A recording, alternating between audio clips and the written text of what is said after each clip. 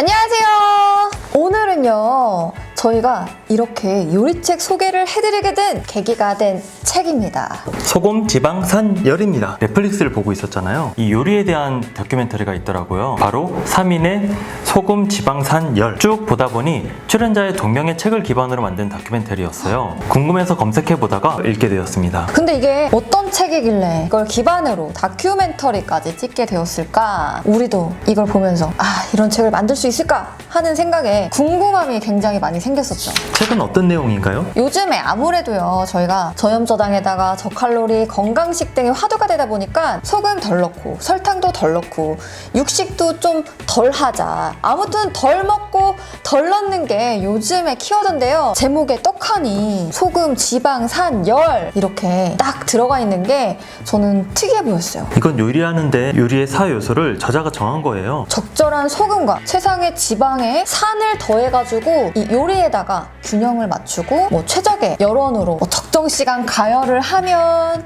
훌륭한 요리를 만들 수 있다, 이런 거죠. 책에 대한 내용을 보면서 다른 분이 쓴 서평을 읽어봤는데요. 이분이 일한 게 미국인이잖아요. 페르시아에는 사중정원이라 해가지고 각 부분이 물, 불, 공기, 흙을 상징한다고 해요. 물, 불, 바다.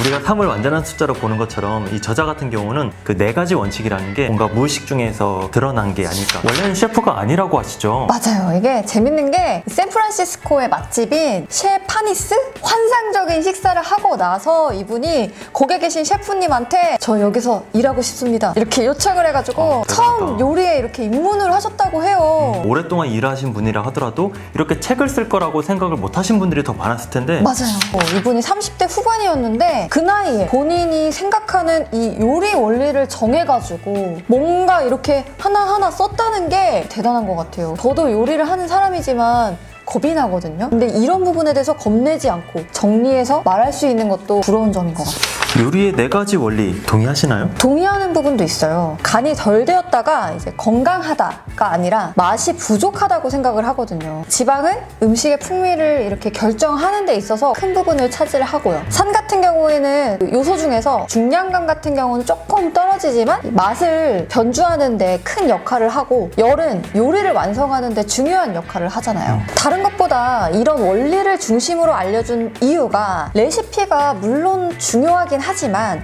때에 따라서 더 단단한 재료를 쓸 때도 있고요. 시기에 따라서 맛이 조금 덜한 재료를 쓸 수도 있잖아요.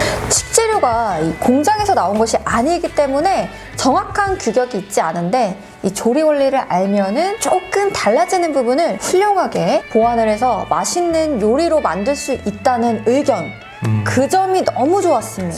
책은 원리에 대한 내용이랑요, 뒤에를 보시면요, 응용 레시피 2가지 파트로 되어 있어요. 보통 책을 저도 많이 냈지만 조리 원리 쪽만 내거나 아니면은 이 뒷부분 응용 레시피 부분만 낼 텐데, 이 본인의 조리 원리를 설명을 해주고 앞에서 이에 대한 레시피도 함께 연결되어서 내는 구조로, 완결된 구조로 책을 만드는 것도 좋았고 자극받았습니다. 다이아그램으로 또 만들었어요. 이거 보세요.